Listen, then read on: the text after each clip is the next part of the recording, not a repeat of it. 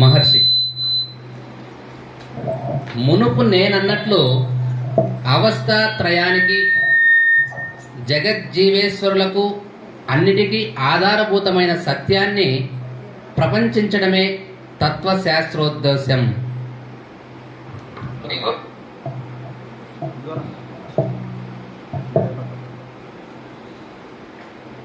ప్రశ్న చూడు. మనకు ప్రశ్న అర్థం కాకపోతే సమాధానం ఎట్టి పరిస్థితులు అర్థం కాదు. ఎందుకంటే ఇది రామాయణం, భారతం, భాగవతం, పురాణ ఇతిహాసాలు కథలు కావు. ఇది ఫిలాసఫీ, తత్వశాస్త్రం. ఈ తత్వశాస్త్రం ప్రశ్నలతో ప్రారంభించబడుతోంది. రమణ మహర్షిని మహామేధావులు, ఐఏఎస్ కలెక్టర్లు, డాక్టర్లు, ప్రొఫెసర్లు, ఫారినర్స్ వారందరూ అడిగిన ప్రశ్నలు. కాబట్టి ఇది ఆ ప్రశ్న విధానం కూడా చాలా లోతుగా ఉంటుంది. చాలా మనసును మనం స్థిరీకరించుకొని వింటే తప్పది అర్థం కాదు. భగవాన్ మళ్ళీ ఒకసారి ప్రశ్న చూడన్నా. మునుపు నేనన్నట్లు అవస్థాత్రయానికి జగజ్జీవేశ్వరులకు అన్నిటికీ ఆధారభూతమైన సత్యాన్ని ప్రపంచించడమే తత్వశాస్త్ర ఉద్దేశం. ప్రశ్న ఏమైనా అర్థమైందా? ప్రశ్న అర్థం కాలేదు.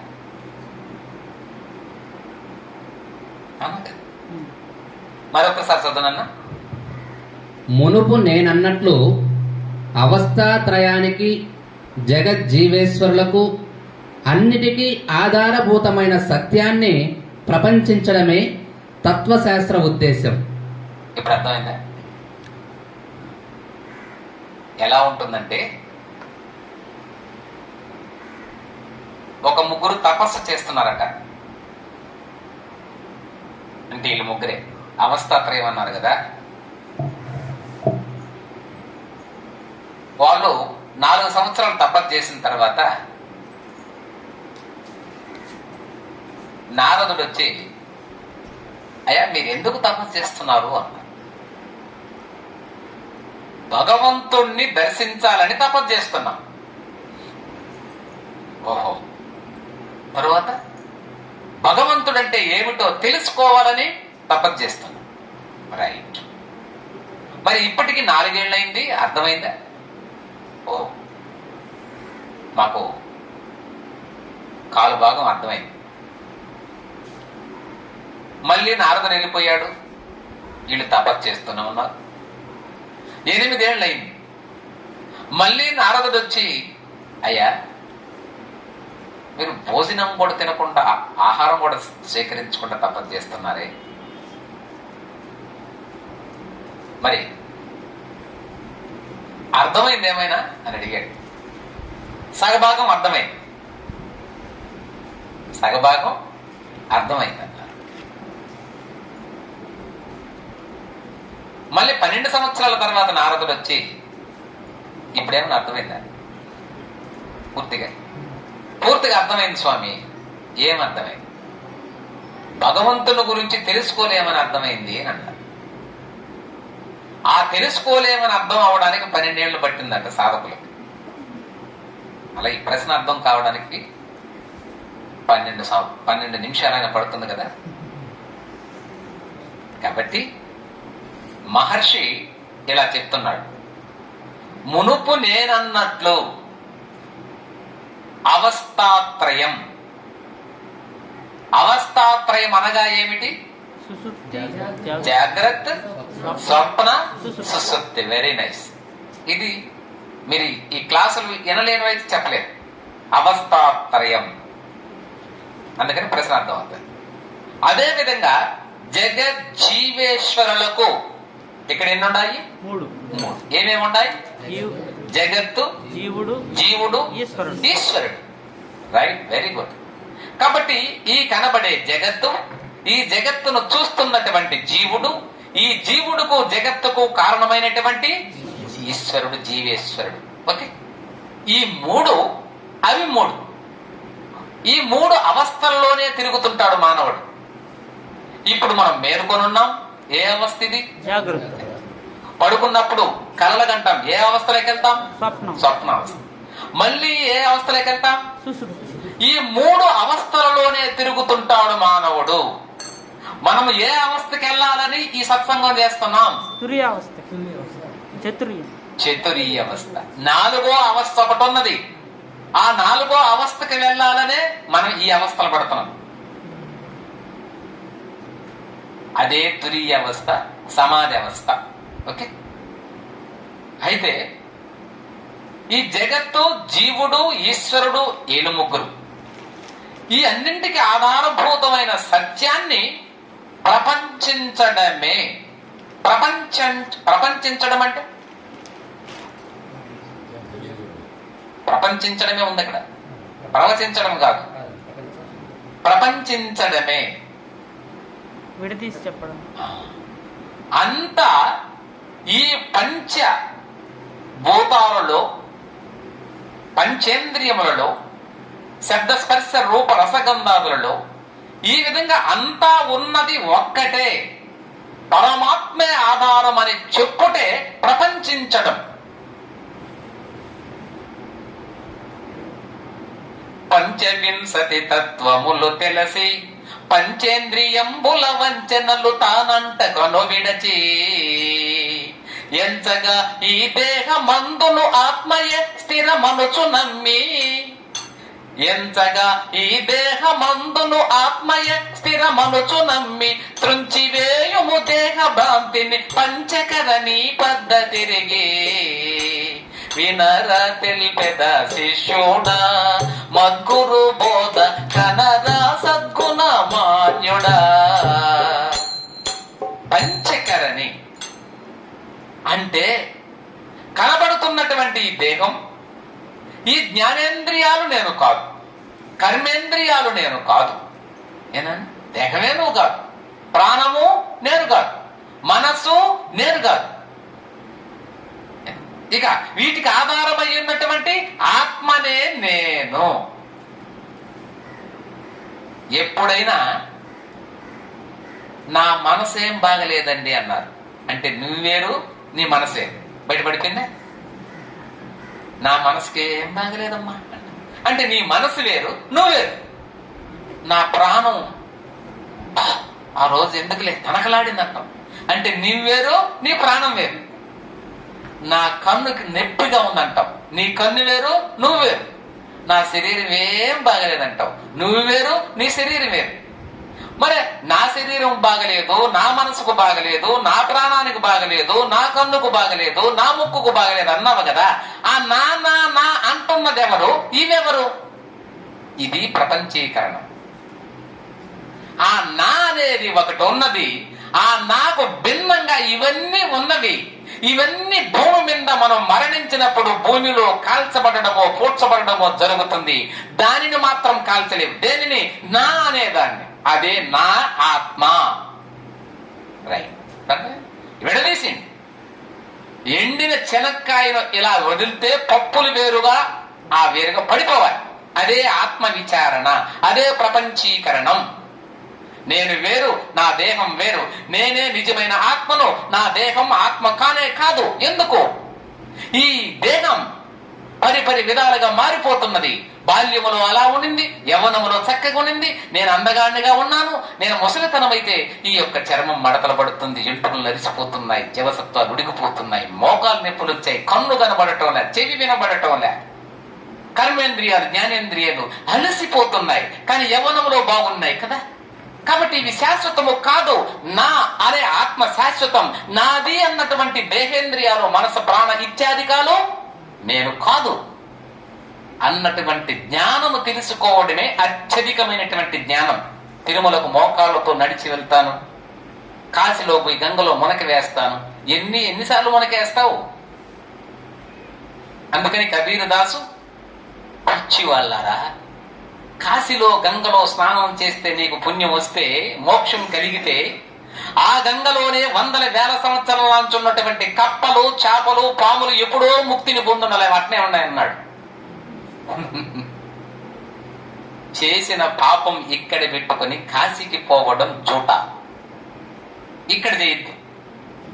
ఇక్కడే నీ యొక్క శరీరంలో ఉన్నటువంటి ఆత్మ పరిశీలన చెయ్యి. అది ఉతకడం, అది బట్టలు ఉతకడం. ఎందుకన్నా? లేదు స్వామి అంటే వెంకటేశ్వర స్వామిని వడ్డీ వ్యాపారస్తుడా? స్వామి నేను 2 లక్షలు ఇతరులతో కొట్టేశాను, నీకు 50,000 ఉండిలో వేస్తాను. నీ ఉండిలో డబ్బు ఆయన కోరతాడంటారా? నేను చెప్పాను మీకు, వెంకటేశ్వర స్వామి గుండెలో లేడు. ఎప్పుడూ ఈయన దెబ్బకు భయపడి జాపాలి తీర్థంలో తపస్సు చేసుకుంటున్నాడు.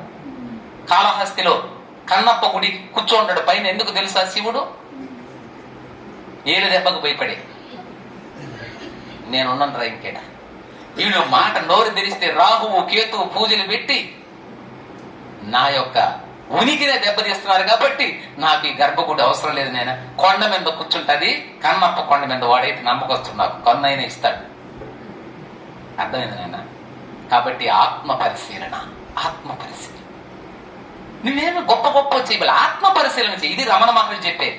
ఈ మహాత్ములు చెప్పింది సమాజానికి వంట పట్టదు. ఎంత బాగా చెప్తున్నాడు చూడండి. ఈ విధంగా సత్యం, ఈ మూర్తి, ఈ అవస్థాత్రయం, ఈ జగత్తు, జీవ, పర, ఈశ్వర, ఇవన్నీ కూడా ఒకటి. వీటికి ఆధారభూతం ఉండేది సత్యం. ఈ సత్యాన్ని కనుక్కోమని చెప్తారు వాళ్ళు. అంతే. మనకు మనసే సత్యం అనుకుంటున్నాం. ఏనన్నా? మనసే మనం సత్యం అనుకుంటాం. ఈ మనసు కూడా ఇంకొక దాని మీద ఆధారపడి ఉన్నది. అదేమిటి? ఆత్మ. మనసు కనబడదు దాని దుంపదే కానీ మనసే అన్ని పనులు చేపిస్తుంది. మనసే అన్ని పనులు చేపిస్తున్నది కానీ మనసు కనబడదు. ఈ మనస్సు కూడా ఆధారమై ఉన్నది ఒకదానిపైన, అదే ఆత్మ. అది రమణ మహర్షి అంటున్నాడు. దీనిలో తత్వశాస్త్ర ఉద్దేశం ఏమి, అది ఎన్ని రకాలు, అది ఎన్ని రకాలైనటువంటి దృష్టి కలిగి ఉంటుంది, ఇది ప్రశ్న. ఏనన్నా తెలుసుకున్నాను దాన్ని. తత్వశాస్త్ర ఉద్దేశం ఏమి, అది ఎన్ని రకాల దృష్టి సూచికలు తెలుపుతుంది, ఇది ప్రశ్న. దీనిని 3 విధాలుగా చెప్పారు. మీరు సావధానులై వినండి, బోరు లేకుండా వినండి. ఏమిటివి? తత్వశాస్త్రం. తత్వం అంటే ఏందమ్మా? అది త్వం, నీవు. తత్వం. తత్ అంటే అది, తత్ అంటే అది, త్వం అంటే నీవు. నీవు. తత్ అంటే అది, త్వం అంటే నీవే. అది ఏది? పరమాత్మ. నీవేంది? అదే అయి ఉన్నావు, అదే నీవై ఉన్నావు. అది తత్వం. అర్థమైందా? కాబట్టి తత్వం అంటే అది నీవే. మనం చాలా చిన్న చిన్న మొరట పదాలు అంటాం నాయన, మనకు అర్థాలు లేవు.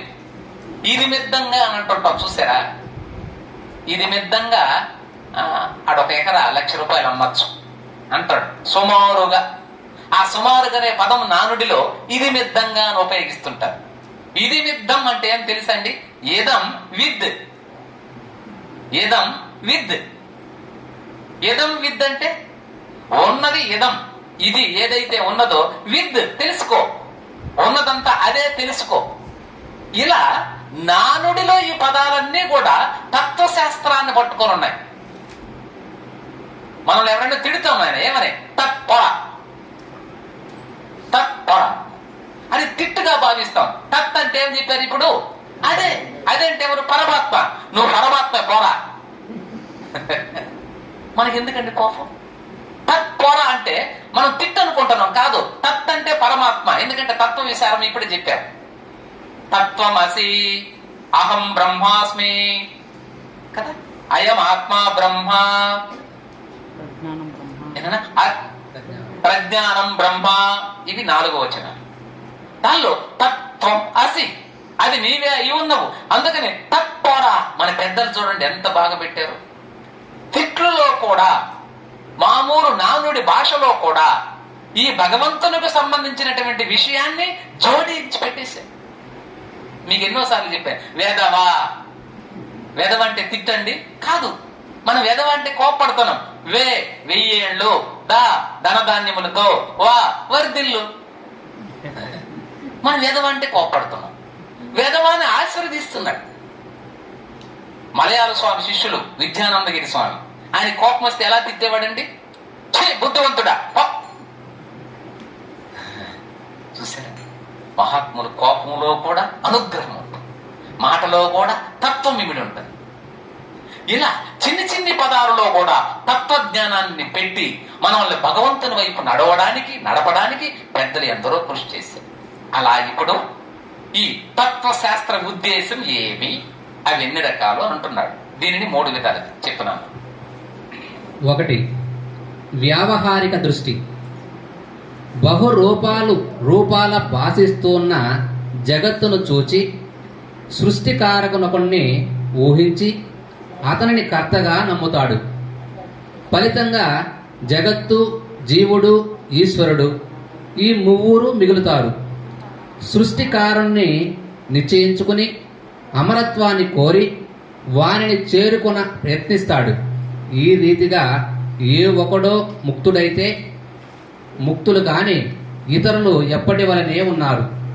వారు ఎవరికి వారే ముక్తిని సాధించుకోవలసి ఉంది. ఈ విషయాలన్నింటికీ ఆధారం ఒకటేనని సాధారణంగా అందరూ ఒప్పుకుంటారు. ఈ విషయాలన్నీ మాయా కల్పితాలు. మాయ ఈశ్వరుని శక్తి, అంటే దైవ చేతన. ఈ విధంలో నానా జీవాత్మల నానా విషయాల ఉనికి అద్వైత దృష్టికి అడ్డు రాదు. చూసారు నాన్న, వ్యావహారిక దృష్టి. తత్వశాస్త్ర ఉద్దేశంలో ఎన్ని రకాల దృష్టి కలిగి ఉన్నారు? అద్వైత సిద్ధాంతంలో ఎన్ని రకాల దృష్టి కలిగి ఉన్నారంటే 3. 1 వ్యావహారిక దృష్టి, 2 ప్రాతిభాషిక దృష్టి, 3 పారమార్థిక దృష్టి. బాగా గుర్తుపెట్టుకోండి. 1 వ్యావహారిక దృష్టి, 2 ప్రాతిభాషిక దృష్టి, 3 పారమార్థిక దృష్టి. ఈ 3 దృష్టిలలో అద్వైత సిద్ధాంతాన్ని మనకు చెబుతున్నారు. వ్యావహారిక దృష్టి అనగా ఏమి? వ్యవహారం. కనిపించేదంతా వ్యవహారమే. ఏనన్నా బయటి వ్యవహారాలతో నీకేం పనిరా అంటుంటారు. ఈ పదమే ప్రజల నోట్లో పడి వ్యవహారాలైంది. వ్యవహారాలు చేయకూడదమ్మా, వ్యవహారాలు కాదు, అది వ్యవహారాలు. వ్యవహారాలే వ్యవహారాలు అయిపోయినాయి. అర్థం కదా? కాబట్టి ఈ భగవంతుణ్ణి చేరడానికి లేదా తెలుసుకోవడానికి, నీవే పరమాత్మవు అయి ఉన్నావని తెలుసుకోవడానికి 3 దృష్టిలు చెప్పారు పెద్దలు తాత్విక చింతనతో. 1 వ్యావహారిక దృష్టి. అది ఏమిటి? వ్యవహారం. దానిలో బహురూపాల భాషిస్తూ ఉన్న జగత్తును చూసి సృష్టి కారకుణ్ణి ఒకరిని ఊహించి అతనిని కర్తగా నమ్ముతాడు. మనం చేసే పని అదే. ఎవరో ఒకడున్నాడు. ఎవరండి? దేవుడు ఒకడున్నాడు. ఆయనే సృష్టి కారకుడు, ఆయనే దీన్నంతా సృష్టించాడు అనక అని నమ్ముతూ ఉంటారు. బహురూపాలు. ఎంతమంది దేవుళ్ళు ఉన్నారు మనకు? వెంకటేశ్వర స్వామి కాడ్నుంచి, శివుడు కాడ్నుంచి, ఆ శివుడిలో మళ్ళీ ఎన్ని రకాలు? అర్ధనారీశ్వరుడు, నందీశ్వరుడు, ఆ ఈశ్వరుడు, ఈ ఈశ్వరుడు, ఎందరో అబ్బో వేల మంది బహురూపాలు. అన్ని రూపాలు ఒక్కడే అని తెలుసుకుంటే జ్ఞానం. అందుకని సిద్ధయ్య ఆ పాట పాడింది. మరి నువ్వు తురకవాడివి, నువ్వు వీరబ్రహ్మేంద్ర స్వామి యొక్క శిష్యుడిగా ఉండడానికి అర్హత లేదు. అందుకని ఆయన అన్న మాట ఏంది? ఆవుకు రంగులు ఉన్నవి కాని పాలకు రంగులో లేవు కదా, గోవుకు రంగులు ఉన్నవి కాని పాలకు రంగులో లేవు కదా, గోవు వంటి వాణ్ణి నేనే అయితే పాల వంటి వాడు పరమాత్మే కదా, నేనే దొరకనైతే నాయాత్మ తొలకయోనా పరమాత్మ తొలకయోనా, పూలకు కదా. పూలకు రంగులు ఉన్నవి కానీ పూజకు రంగులు లేవు కదా. పూల వంటి వని నేనే అయితే పూజ వంటి వాడు పరమాత్మే కదా. నేనే దొరకనైతే ఆ ఆత్మ దొరక అవునా, పరమాత్మ దొరక అవునా. ఏమయ్యా, గోవులు నల్లావు తెల్లావు పొల్లావు ఆయావు యావును. ఇన్ని ఆవులున్నా ఆ ఆవులు ఇన్ని రంగుల ఆవులలో నుంచి వచ్చే పాలు తెలిపి. ఇన్ని పువ్వులున్నా పసుపు పూలున్నాయి, ఎర్ర పూలున్నాయి, పచ్చి పూలున్నాయి, ఇంకొక పువ్వులు ఇంకొక ఎన్నో వేల రకాల పువ్వులు రంగులు కలిగి ఉన్న పూజ ఒక్కటే కదా. ఇన్ని రూపాలలో అదిరే ఉంచున్నటువంటి పరమాత్మ రూపాలు ఇన్ని ఉన్నా పరమాత్మ ఒక్కడే. మనం పెట్టుకున్నాం పేర్లు, పరమాత్మకు పేర్లు లేవు. అది మానవుడు పెట్టుకున్న పేరు. ఆయనకు పేరు లేదు. పేరుంటే పరిమితుడు అవుతాడు. ఆయన యొక్క శక్తిని మనం తగ్గించిన వాళ్ళం అవుతున్నామే కానీ పెంచడం లేదు. పరమాత్మకు ఒక రూపం పెట్టామో నువ్వు ఆయన్ని పరిమితి చేసేసావు. ఇప్పుడు వెంకటేశ్వర స్వామి అన్నాం అనుకోండి, ఆయన ఎక్కడ వరకు పరిమితి చేసేసావు? ఆయన తిరుమలలో పుట్టాడు, ఫినిష్, ఆడకి అయిపోయినా, నీకు ఇంక జ్ఞానం లేదు. అంటే స్వామి ఈ బిలాంగ్స్ టు తిరుమల. ఆయనకి ఇప్పుడు ఆధార్ కార్డు ఎక్కడ ఉండాలా? తిరుపతి. ఇంకా ఆ తిరుపతికి ఆయన పరిమితం అయితే ప్రపంచం అంతా కాదు. నీలోనే వెంకటేశ్వరుడు ఉన్నాడు. ఎక్కడుంటే నువ్వు అక్కడే ఉన్నాడు. దేశ కాల వస్తువులకు సంబంధమే లేదు. పరమాత్ముని ఆ విధంగా చూస్తే ఆయన శక్తిని, ఆయన రూపాన్ని మనం పరిమితం చేస్తాము. అలా చేయాలి. పరమాత్మ ఆయనకి నామ రూపాలు లేవు. నామ రూపరహిత స్థితిని పరమాత్మ అంటున్నారు. ఏమైనా అవునా కదా? నీలో ఉన్న నీ మనసుకే రూపం లేకపోతే, నీ ఇంతటి 70 కేజీల శరీరాన్ని ఆడిస్తున్నటువంటి ప్రాణానికే రూపం లేదు. 70 కేజీల శరీరాన్ని, నీ ప్రాణాన్ని ఆడిస్తున్న మనసుకే రూపం లేదు కదా. 70 కేజీల శరీరాన్ని, మనసును, ప్రాణాన్ని ఆడిస్తున్న నీ జీవాత్మ లోపల ఉన్న ఆత్మకే ప్రాణం లేదంటే, రూపం లేదంటే పరమాత్మకు రూపం ఉందా? లేదు. కాబట్టి వ్యావహారిక దృష్టిలో చూడండి, బహురూపాల భాషిస్తూ ఉన్నటువంటి ఈ జగత్తును చూసి సృష్టి కారకుడు ఒకడు ఉన్నాడు. ఆయన ఎక్కడో కూర్చొని దీన్ని సృష్టించాడు అంటే, ఆయన కూర్చొని సృష్టించడానికి ఆయన ఎక్కడ కూర్చొని ఉండాలి? ఏమ్మా, ఆయన సృష్టించాలి కదా. ఆయన సృష్టించాలి సృష్టిని అంతా. ఇప్పుడు 14 భువన భాండములు, ఏ లోకము ఏమనుకుంటున్నాము, స్వర్గలోకము, వైకుంఠము, కైలాసము, భువన భాండాలు, ఈ ప్రపంచమంతా సృష్టించాలి కదా ఆయన. ఇవన్నీ సృష్టించాలంటే ఆయన ఒక దగ్గర కూర్చొని ఉండాలి కదా, ఎక్కడో ఒక దగ్గర. ఆయన ఎక్కడ కూర్చున్నాడు ఈ సృష్టి లేకముందు? నేను ఇక్కడ కూర్చుంటే టేబుల్ మీద ఇది పెట్టుకున్నాను ఆయన. ఈ పుస్తకం నేను పెట్టుకోవడానికి ఒకటి ఆధారం అయి ఉండాలి.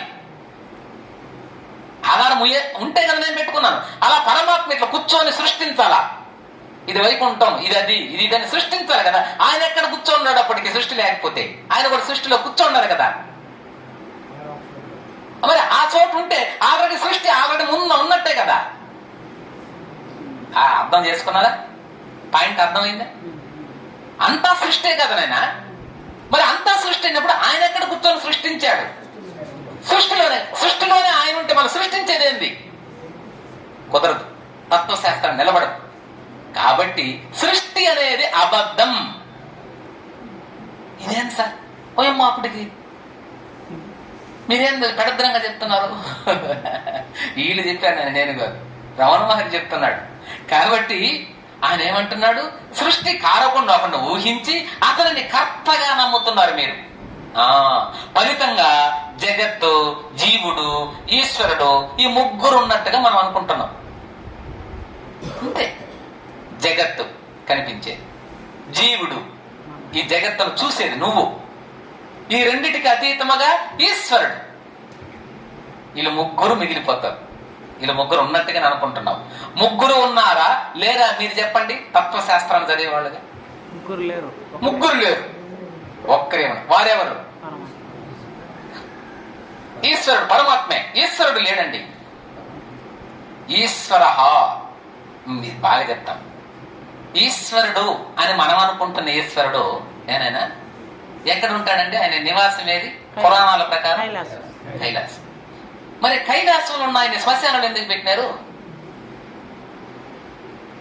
నేను అడిగే ప్రశ్న సమాధానం చెప్పండి. కైలాసవాస అని అంటివి, మరి ఆయన శ్మశానంలోనే కూర్చున్నాడని ఆయన ఎవరు? ఆయన ఈయన ఒకటేనా? లే, ఆన్సర్ లే.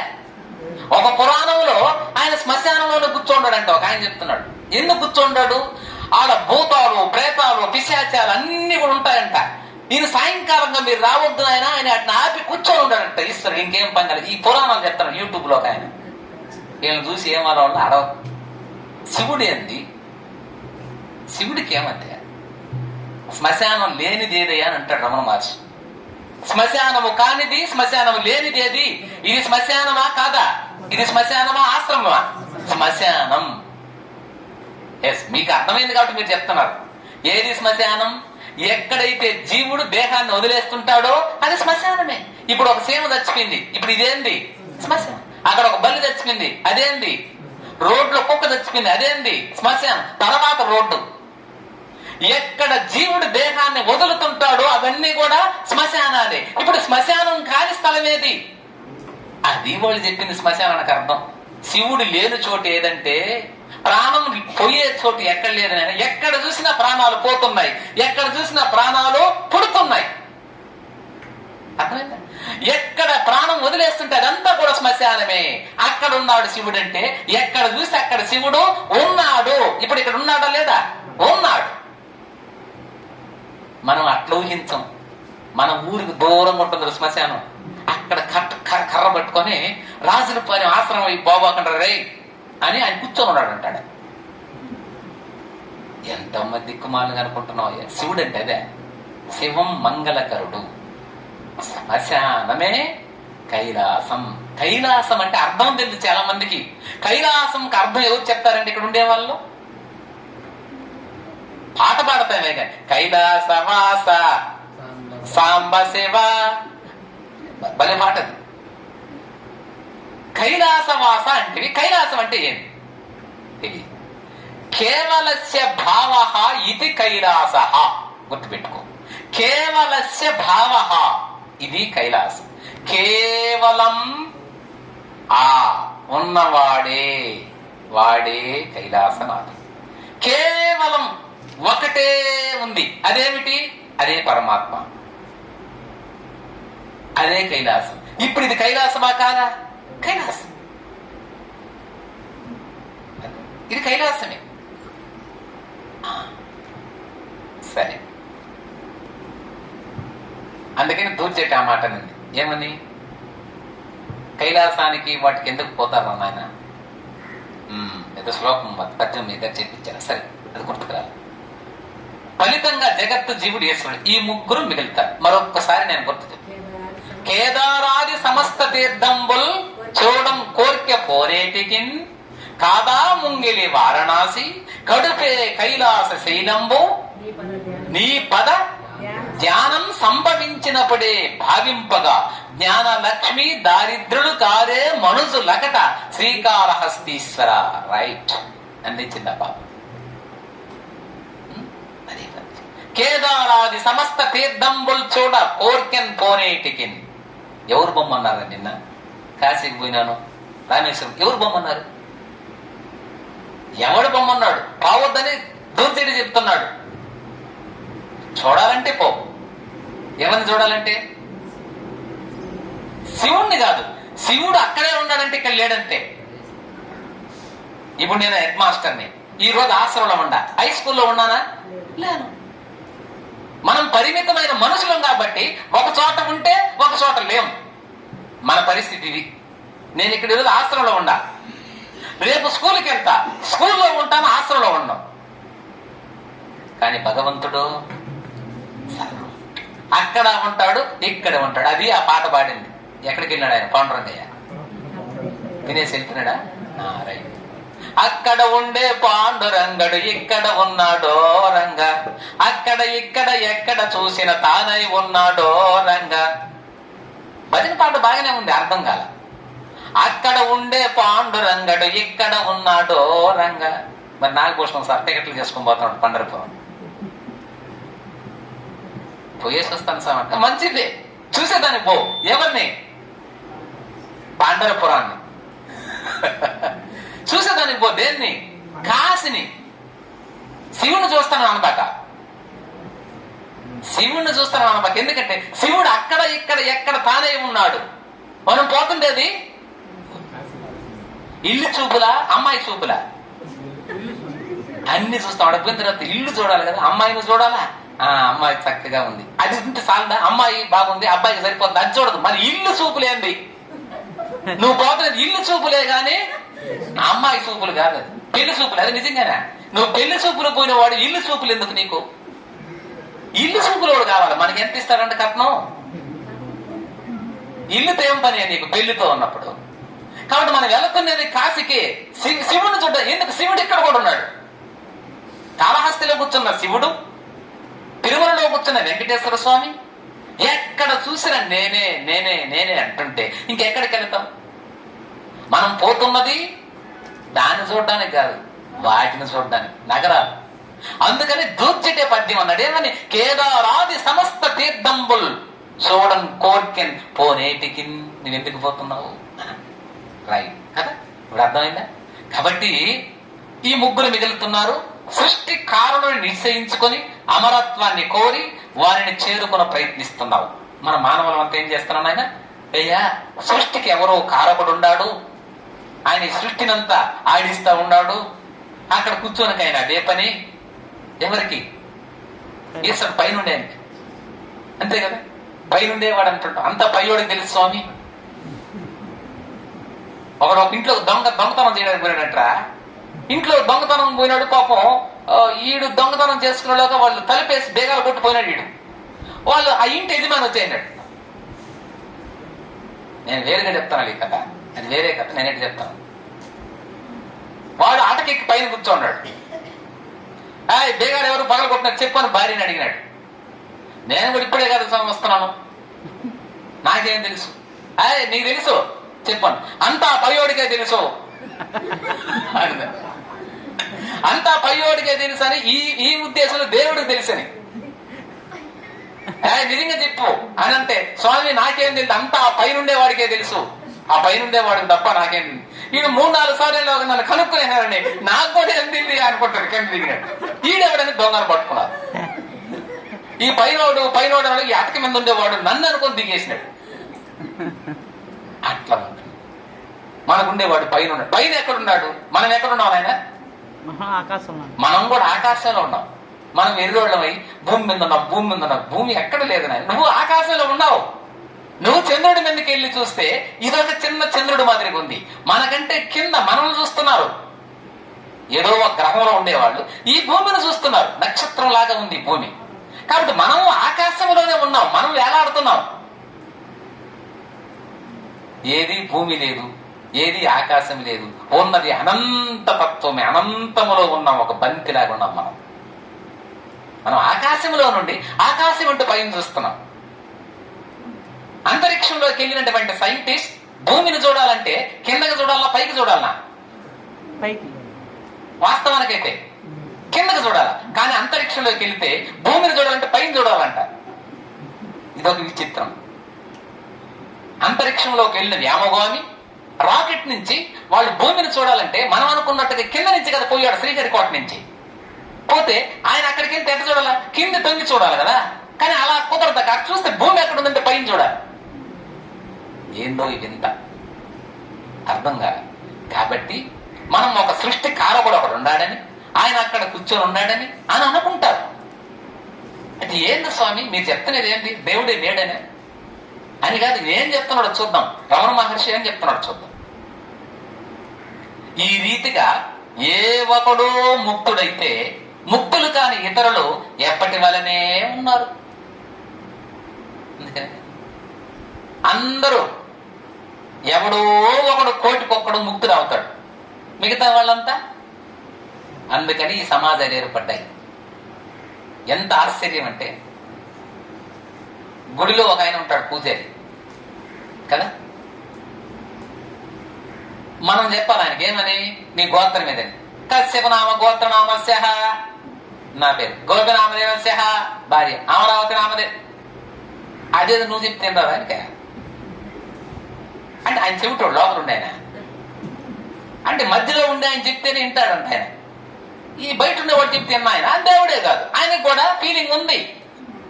ఒకటి చెప్తే ఈయన, ఇంకొకటి చెప్తే ఏం లేదంటే ఆయన రాజకీయ నాయకుడే. అర్థమవుతుందా? దేవుడికి పక్షపాతమే లేదు, అందరూ నా బిడ్డలే. అందుకని భగవద్గీతలో కృష్ణుడు ఏమన్నాడు, ఈశ్వర సర్వభూతానాం, చెప్పండి, హృద్దేశే అర్జున తిష్టతి భ్రామయం సర్వభూతాని యంత్రారూఢాని మాయయా అహమాత్మ గుడాకేశ సర్వభూతాశయ స్థితః అహమద్యం చ మాదిశ్య భూతానామంత ఏవ చ. అహం ఆదిశ్య మద్యం చ. నేనే అర్జున, చీమలోను నేనే, దోమలోను నేనే, పాములోను నేనే, నీలోను నేనే. ఇందరిలో ఆయన ఉన్నప్పుడు మధ్యలో ఈయనెందుకు? డబ్బుల కోసం. నువ్వే అడుగు. అందుకని కబీర్ దాస్ ఆ క్వశ్చన్ అడిగింది ఏమని, బండకు పూజలు జరిపితే భగవానుని సన్నిధి దొరికితే, బండకు పూజలో ఏలరా ఆ కొండనే కొల్చిన మేలురా, వినర కబీరు మాట, అది నిన్ను నడిపించే బాట.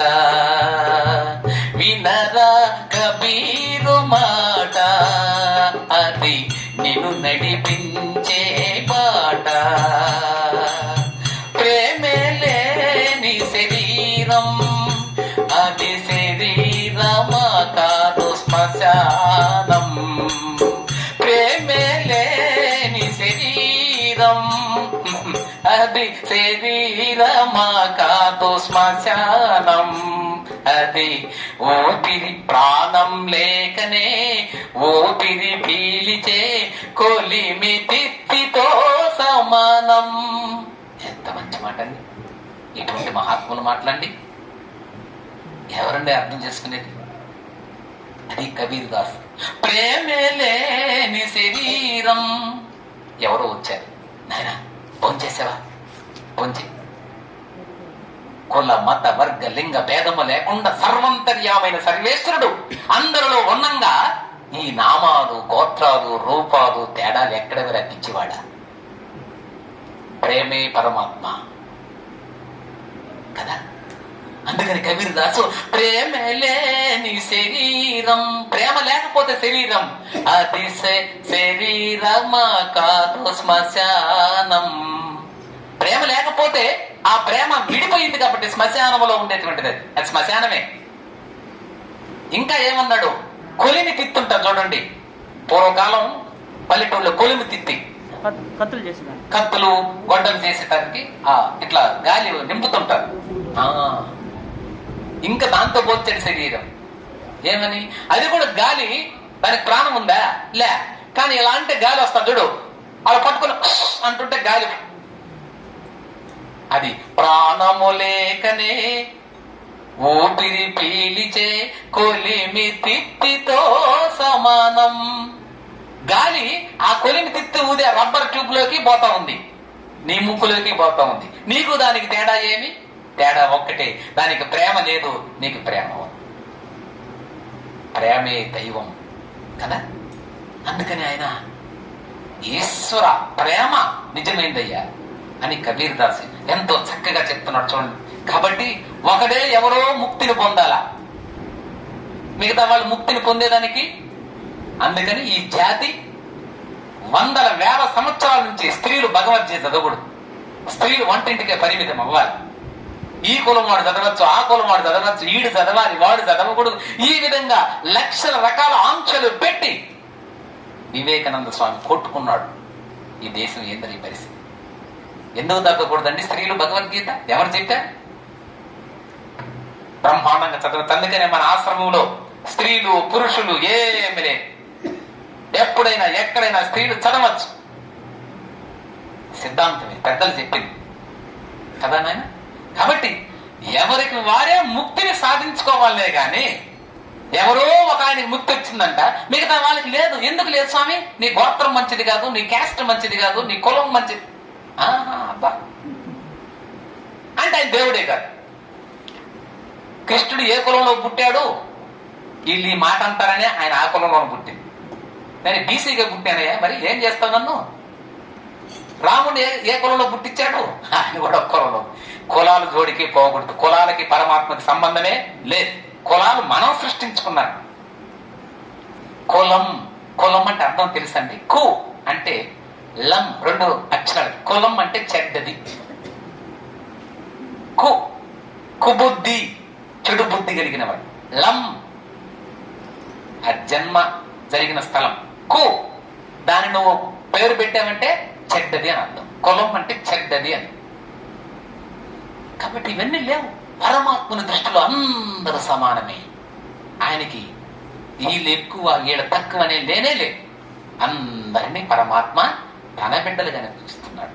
పశుపక్షాదులు కూడా ఆయన బిడ్డలే. కాబట్టి ఇది వ్యవహారిక వాదంలో తప్పు నాయన.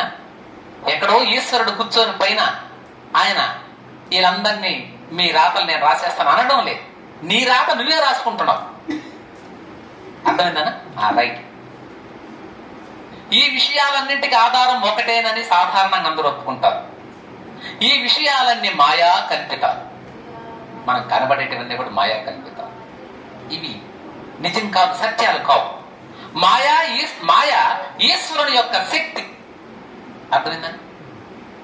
ఈ కనబడే మాయ ఈశ్వరుని యొక్క శక్తి నాయన. జగత్తు, జీవుడు, ఈశ్వరుడు కదా.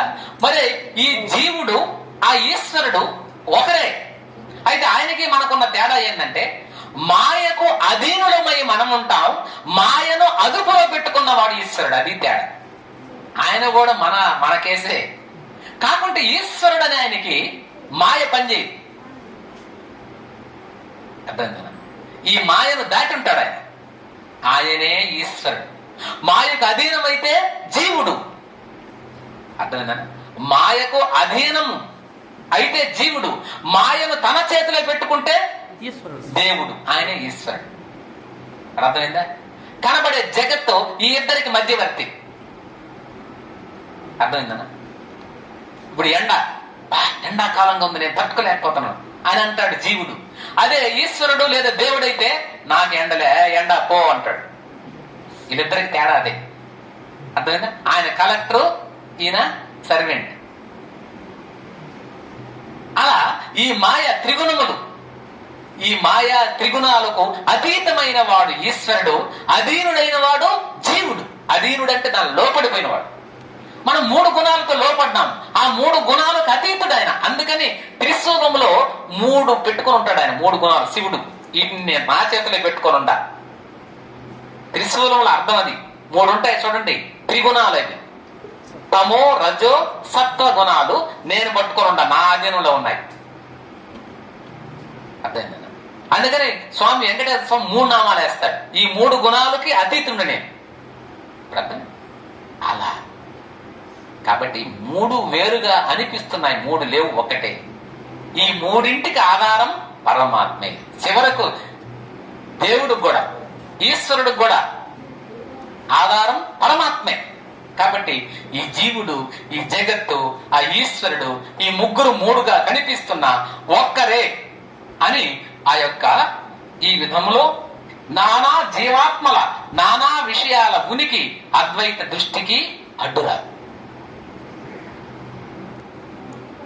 వ్యావహారిక దృష్టి నానా విధములైనటువంటి రూపాలతో కనిపిస్తున్న జగత్తు, నానా విషయాల ఉనికి, ఈ జీవుడు, ఈ ఈశ్వరుడు, ఇన్ని భేదాలతో కనిపిస్తూ ఉన్న అద్వైత దృష్టికి అడ్డురాదు.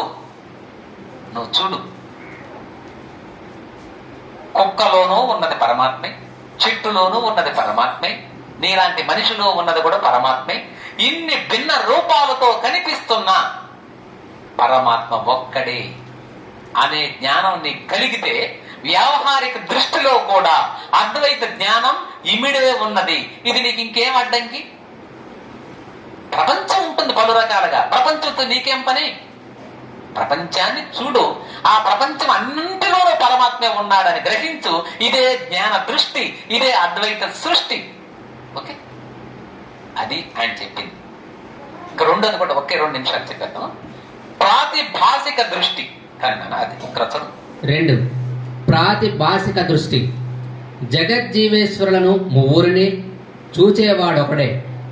వారిని కాదని అవేవి స్వతంత్రించి లేవు. కాబట్టి వ్యక్తిలో ఉండని, ఈశ్వరునిలో ఉండని, ఉన్న జీవుడొక్కడే, ఇతరమంతా అభూత కల్పన. ఈ రెండో దృష్టి. ఇంకొంచెం స్టెప్ పెరిగావు, నువ్వు ప్రమోషన్ పొందావు. వ్యావహారిక దృష్టి, రెండో రకమైన దృష్టి ఒకటి ఉంది. ఈ దృష్టిలో జగత్తు, జీవుడు, ఈశ్వరుడు ముగ్గురిని చూచేవాడు ఒకడుండాలి.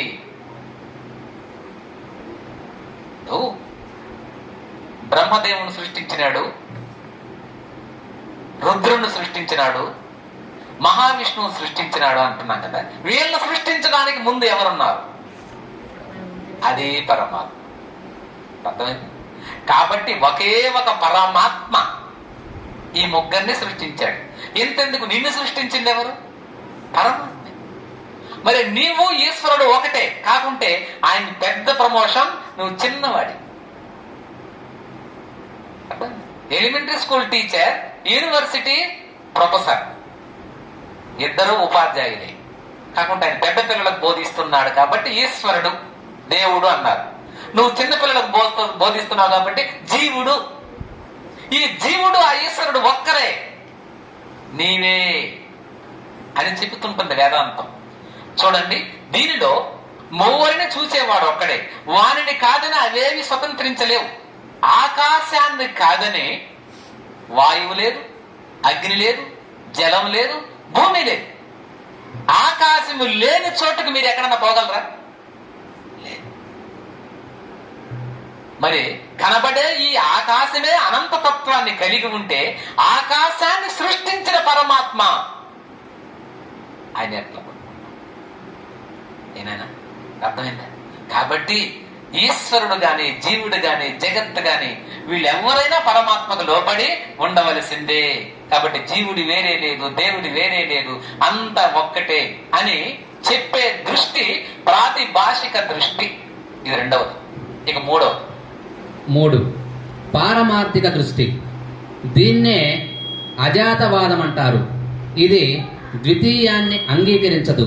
సత్యము లేదు, సత్యాభావము లేదు, అన్వేషణ లేదు, పొందేదేమీ లేదు, బంధము లేదు, ముక్తి లేదు, మొదలైనవి.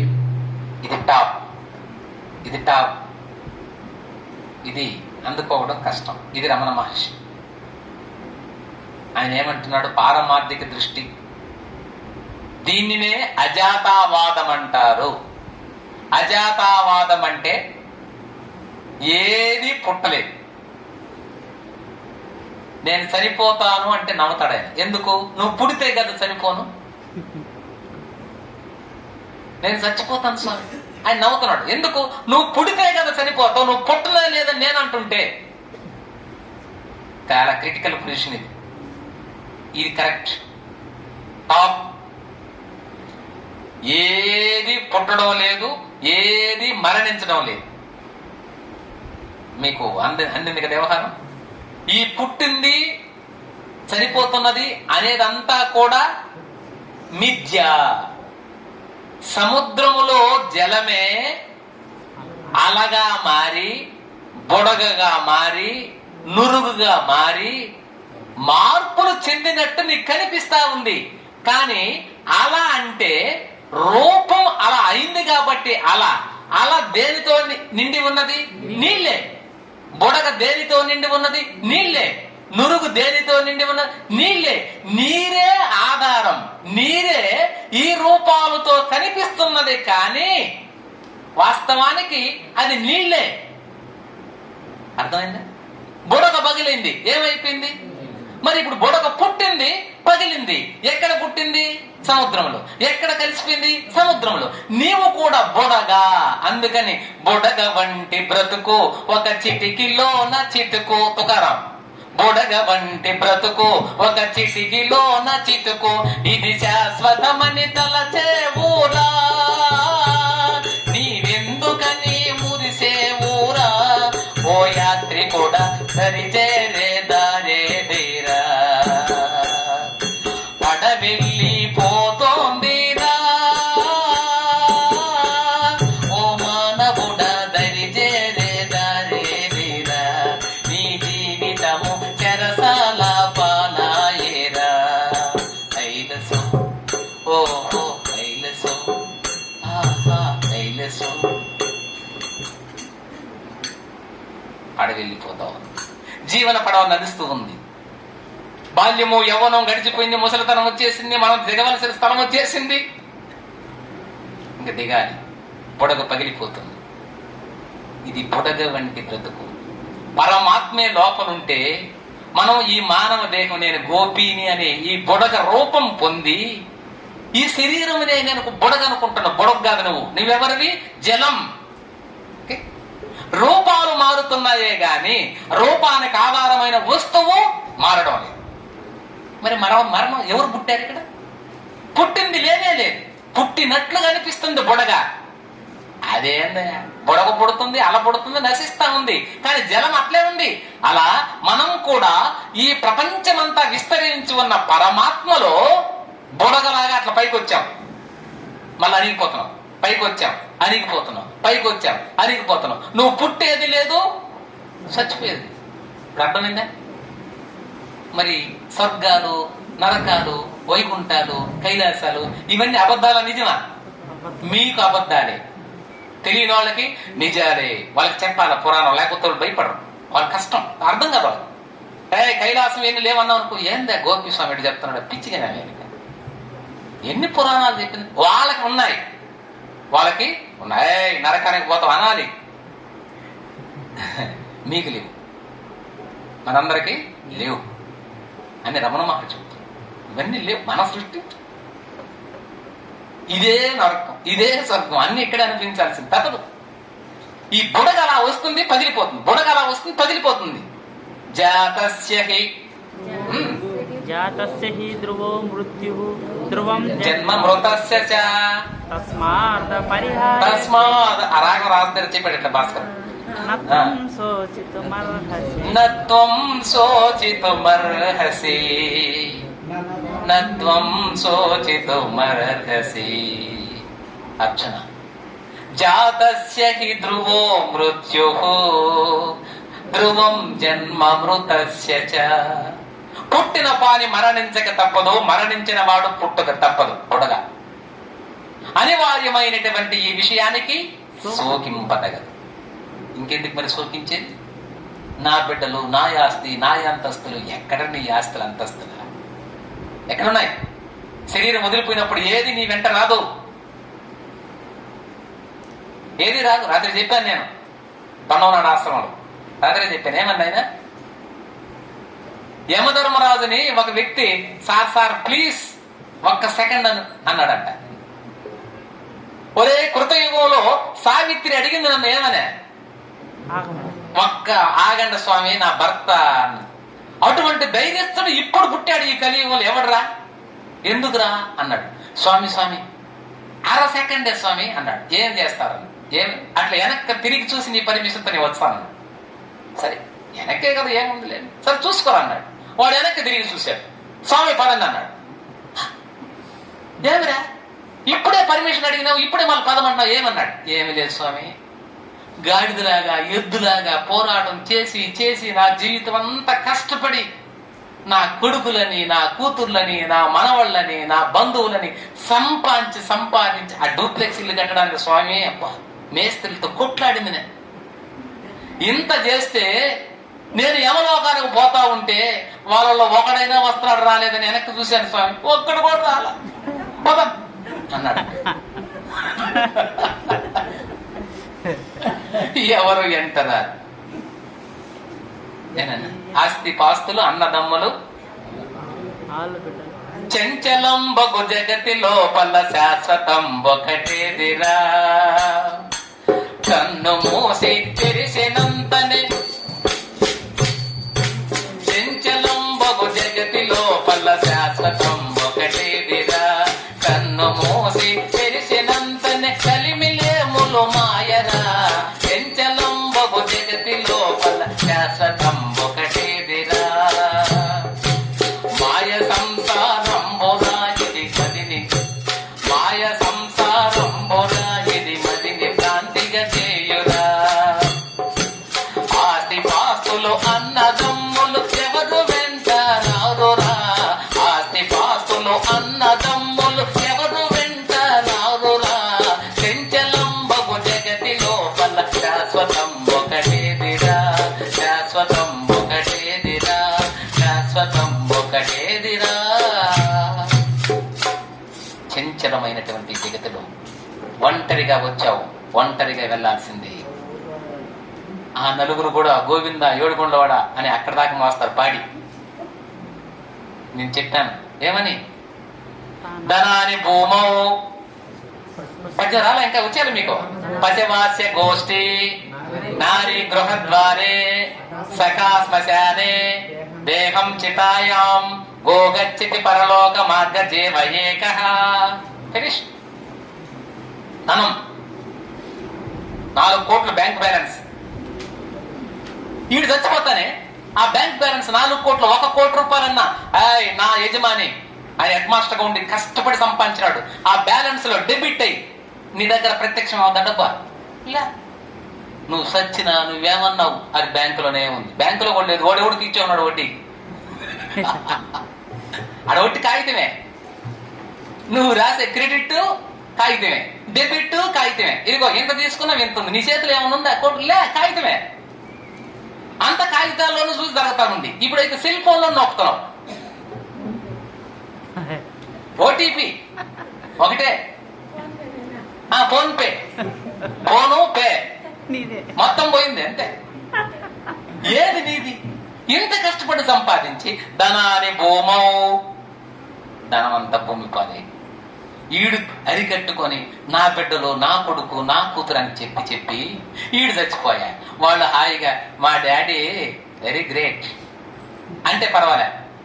డాడీ మా డాడీ హెడ్ మాస్టర్ గుండి ఏం సంపాదించినాడు అని చెప్పా. అవతల ఆయన చూడుకో, ఆయన టీచర్గా ఉంటానే రియల్ ఎస్టేట్ చేసినాడు, ఎల్ఐసి ఏజెంట్గా చేసినాడు. ఎన్ని సంపాదించడం? తిరుపతిలో 4 ప్లాట్లు, కాళహస్తిలో 10 ప్లాట్లు కదా. కాబట్టి ఇలా అంటుంటారు కదా, ఈ ధనమంతా భూమి పాలే. వేల కొలవది పశువులు నువ్వు సంపాదించినా అవి కొట్టంలోనే ఉంటాయి. ఒక్క ఆవు అయినా, ఒక కుక్క అయినా చివరికి సాగి పెంచి కుక్క కూడా రాదు. భూమి పాలే, ధనమంతా భూమి పాలే. ఆ కొడుకులు, కోడళ్ళు, కూతురు తినేసి తాగేసి వాళ్ళు భూమిలో కలపాల్సిందే. నారీ గృహద్వారి ఏమండి మీరు లేకపోతే, డ్యూటీ నుంచి రాకపోతే నేను టీ కూడా తాగనండి అంటుంటుంది.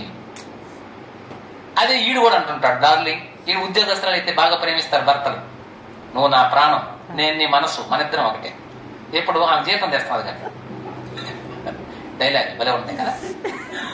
నువ్వే నా ప్రాణం, నువ్వు లేకపోతే నేను ఉండలేను. అబ్బా ఎందుకు, ₹1,00,000 జీతం వస్తాను, అసలు నువ్వు లేకపోతే టీ కూడా ముట్టను డార్లింగ్ అంటాడు. వీడు దొంగతనం 4 రాగేస్తుంటాడు ఆ మంచులో కదరా. కాబట్టి ఏం కూడా అంటుంటారు, మా ఇంటి అయినండి ఎప్పుడు దాకా 5వ తేదీ దాకా భలే గౌరవిస్తారు మమ్మల్ని. మీరు అన్ని అయిపోయిన తర్వాత అయిపోయింది అప్పుడా పాపం ఏమైనా నిద్రపోతాం, ఇబ్బంది లేదు. Very good. మన సంసారం కదా, వేరే వాళ్ళకి అలా కూడా అంతే జరిగేది పాపం. ఎందుకంటే మా ఉపాధ్యాయులు అంతా మా రఘురామయ్య సార్ ఉండాలి, ఆయన అనుభవజ్ఞుడు, ఆయన తెలియదు ఏం లేదు. 6వ తేదీ దాకా మేము జలసాగుంటాం బ్రహ్మాండంగా. 7వ తేదీ నుంచి కొంచెం డల్ అయిపోతాం. సార్ హెడ్ మాస్టర్ నమస్తే సార్, ఏం సార్ బిల్లు పెట్టినారా? పెడతాం ఆయన. ఇంతే. కాబట్టి ధనాని భూమౌ పశువాస్య గోష్ఠి. ఈ నారి అంటే భార్య చనిపోయిన శవం. అప్పుడు గృహద్వారి, మా ఇంటి నిల్లు నాకు దిక్కేవరో మా ఇంటి ఎల్ఐసి పాలసీలు చూడరా,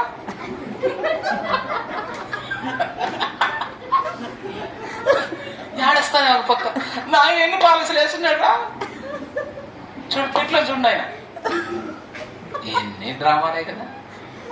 అయినా భర్తే లేనప్పుడు నాకెందుకు జీవనం అంటే అమ్మ అసలు నీళ్లు కూడా ఏం పాకుంటా గమ్మ నుండి ఎప్పుడో 10 రోజులకు ఆయన ఏం సంపాదించడం నాకెందుకు నాయన, ఆయనే పోయినాడు అనాల్సిన ఆమె పోయి ఏడుస్తానే ఒక పక్క నాయన కాగితాలు చూడండి అంటున్నదంటే ఈయన మీద ఏడుస్తున్నదా కాగితాల మీద ఏడుస్తా. అంతా ఒట్టిదే, అంతా భ్రమే కదా. అలా నారి గృహద్వారే, ఈ ఆడవాళ్ళు గృహద్వారం. నమస్తే రానాయన స్వామి బతి స్వామి కూర్చో. నారి గృహద్వారే, రైట్.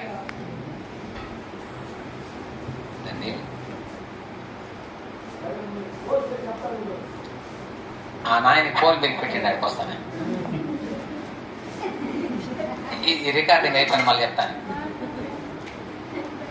రే మళ్ళీ పెడుతున్నా, ఇది కంప్లీట్ చేసేస్తా, ఈ రికార్డింగ్ కంప్లీట్ చేస్తా.